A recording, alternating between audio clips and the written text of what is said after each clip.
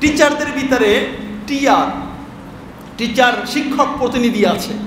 এই যে নতুন রাষ্ট্র গঠন করার পরে সব স্কুল কলেজ মাদ্রাসা সব জায়গায় কমিটি গঠন করা হয়েছে।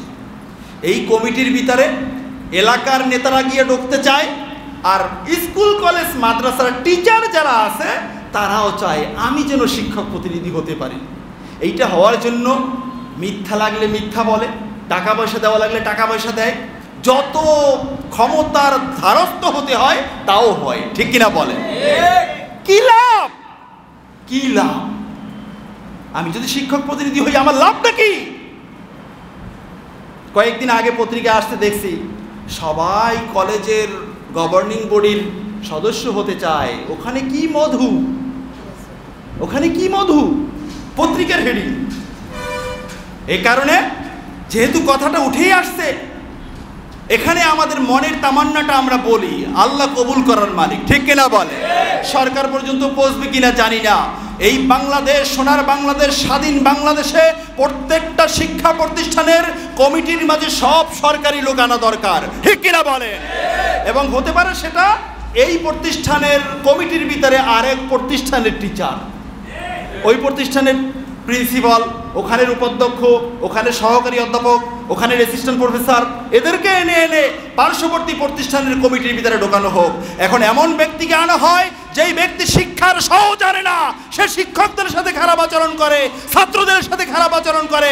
এমনকি আমার জানা মতে এমনও দেখেছি নেশা করে প্রতিষ্ঠানের বারান্দায় এসে অশ্লীল গালিগালাজ করে।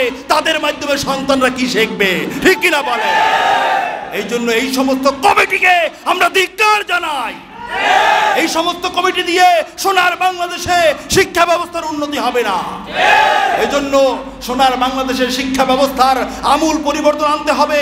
আমি অনেক আগেও একবার বলছিলাম এত এত এত এত পরিবর্তন করা হয় শিক্ষা ব্যবস্থার ভিতরে, কিন্তু আজও আমরা এই কথাটা শুনি নাই যে দাখিল দশম পর্যন্ত, এসএসসি পর্যন্ত মুসলমানদেরকে আল কোরআন শিক্ষা দেওয়া হোক এবং অমুসলিমদেরকে তাদের ধর্মীয় গ্রন্থ শিক্ষা দেওয়া হোক।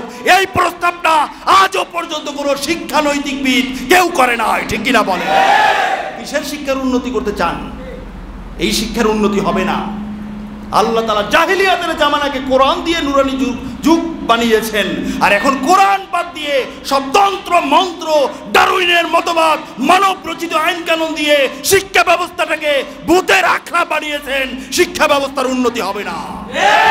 এজন্য আমরা চাই মাদিনা মুনাওয়ারায় রাসূলুল্লাহ সাল্লাল্লাহু আলাইহি ওয়াসাল্লামের মাধ্যমে যে শিক্ষা ব্যবস্থা চালু হয়েছিল সেই শিক্ষা ব্যবস্থা আনা হোক। 17 সাবজেক্টের পরীক্ষা দেওয়ার দরকার নাই, 7টা হলেই যথেষ্ট। ঠিক কিনা বলেন? সব জায়গায় মানে কি বলা হয়, সারা গায়ে ব্যথা, ঔষধ দিব কোথা?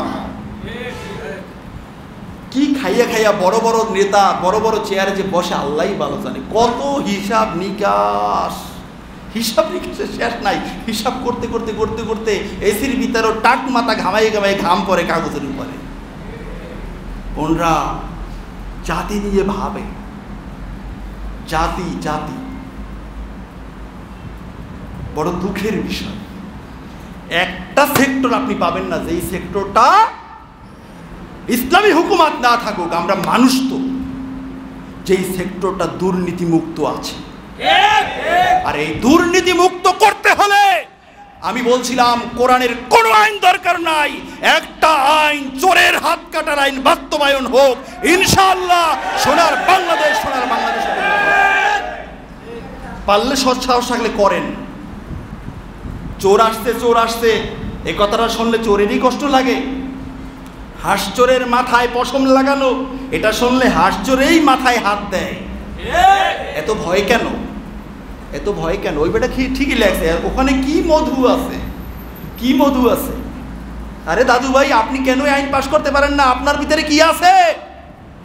তার মানে জনগণ জানে আইন যিনি করবেন তিনি আগে ফাঁসবেন, এটা জনগণ জানে।